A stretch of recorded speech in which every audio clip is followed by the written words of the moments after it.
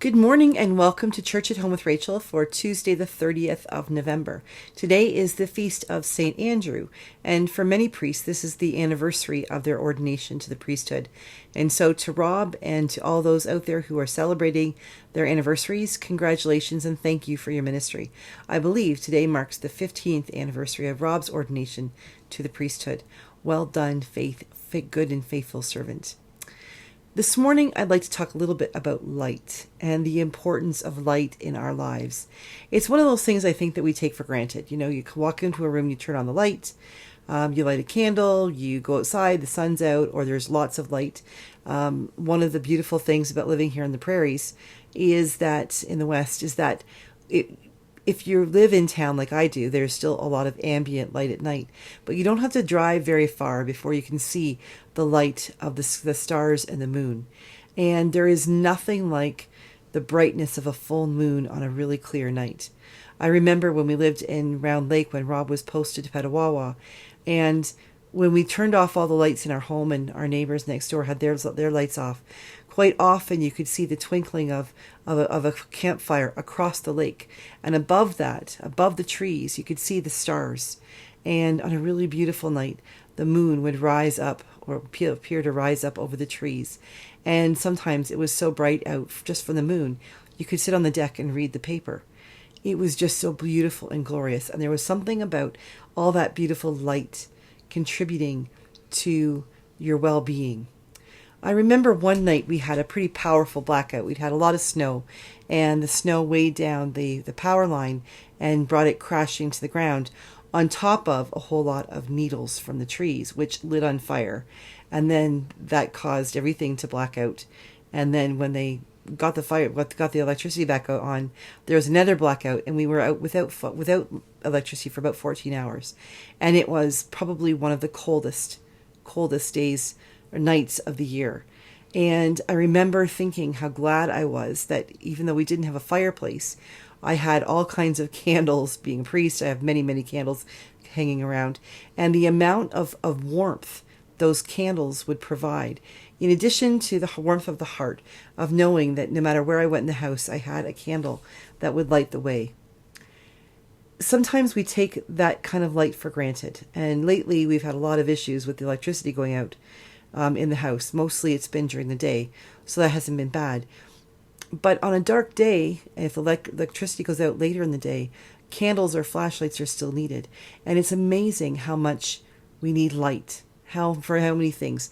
I mean, when electricity goes out and you can't listen to your radio, you can't watch TV, and your light bulbs go out, how can you read? It's amazing how many things we take for granted that we do that we need light for, electricity and light.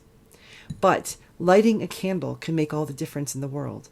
If you light enough candles and you have enough candle power, you can read. You could play a game. You could play cards or a board game. You could talk to each other. You could sit and pray, which I highly recommend in electrical when electricity goes out. But there's something about lighting a candle. I'm going to light this one. I don't know if you'll be able to see the actual flame because of this, but this candle was given to me back 8 years ago when Rob was sailing in the Middle East. There. See the light, the front light? He was sailing in the Middle East.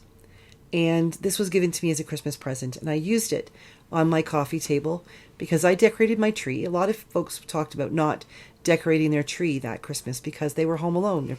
Their husbands were sailing. And I decided to decorate my tree, even though I was alone and living far away from family and no one could be with me, because all of the lights on that tree, with the fire in the fireplace and my candle sitting on my table, reminded me that no matter how alone I might feel, when the light is shining, I am reminded that I am never alone. Not only do I have the love of all those that love me, that aren't with me, but love me nonetheless, but I also have the love of all the saints who have gone before me, my grandparents and friends and cousins and others who have loved me and whom I have loved. But I also, and most importantly, have the love of Christ, that incredible gift that God has given us in Jesus Christ as his Son, as himself, that he gave Christ to us, that he would be the light in our lives.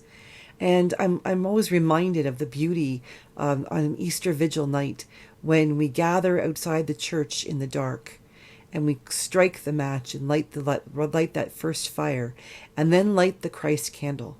And then we each take our tapers and light our tapers from that Christ candle and saying, the light of Christ. And then that light, that Christ candle, walks before us into the church, into the darkened church where there is no light, and it brings light wherever it goes. I'm also reminded that when I'm scared or when I'm lonely or I'm feeling depressed or anxious, a candle does a lot. If you're in a dark room, like a pitch black room, and you light a candle, though the darkness cannot overcome the light. Right around that flame, right within the vicinity of that flame, there is no darkness. We can see the light flickering and making shadows in the walls in the light, but the darkness cannot extinguish the flame. And then when we add more candles to it, the light grows and the darkness decreases. And I think that is what we are called to think about during the season of Advent, a season of preparation and anticipation. That if we prepare ourselves to be lights in the world, and we anticipate the coming of Christ, the light of our life, we can move toward, in this Advent time, toward that second coming, when the light of Christ will indeed come in person, to be the light in our lives, and we will then ignite ourselves. We will become the tapers that are lit from that light of Christ, and we will carry light into the world. Jesus brings us the one pure light, but we are invited to continue to carry that light to others. And can you imagine if one single light, one single candle, can bring us such peace and comfort in a darkened room? Imagine what hundreds or thousands of candles could bring. And now imagine that you are walking into the room or into the life of someone who is depressed or scared or lonely or fearful. And you walk into their space, into their darkened heart as a lit candle, as a symbol of the light of Christ. Imagine what you can do for them. You bring into their life, into their heart, a light that cannot be extinguished because you carry Christ with you. In Advent, it is our calling to carry that light of Christ into the world, that others will begin to recognize the power and the importance and the influence of that light in their lives. If every single Christian were to carry a light into a darkened room all at the same time, I imagine there would be very few darkened rooms left. That light of Christ that we carry would go before us and would lighten the world. And that is what we are called to do as Christians in this Advent season. We are called to prepare the way of the Lord. We are called to carry the light of Christ into those darkened corners, into the hearts of those who are fearful and scared, those who are despairing, those who are lonely, or those who don't even realize that they're sitting in the dark.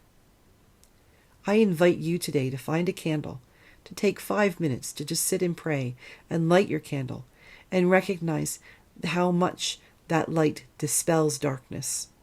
And then metaphorically carry that candle with you in your heart, that wherever you go today and tomorrow and all the days after that, you too will carry the light of Christ into the life of someone who needs hope. God bless you as you bring hope, as you bring the light of Christ into others' lives. And God bless those who are the ones who carry the candle, who carry the light of Christ into yours. Have a blessed day, and God bless you, and thank you. Thank you for being with me as together we carry the light of Christ into the world.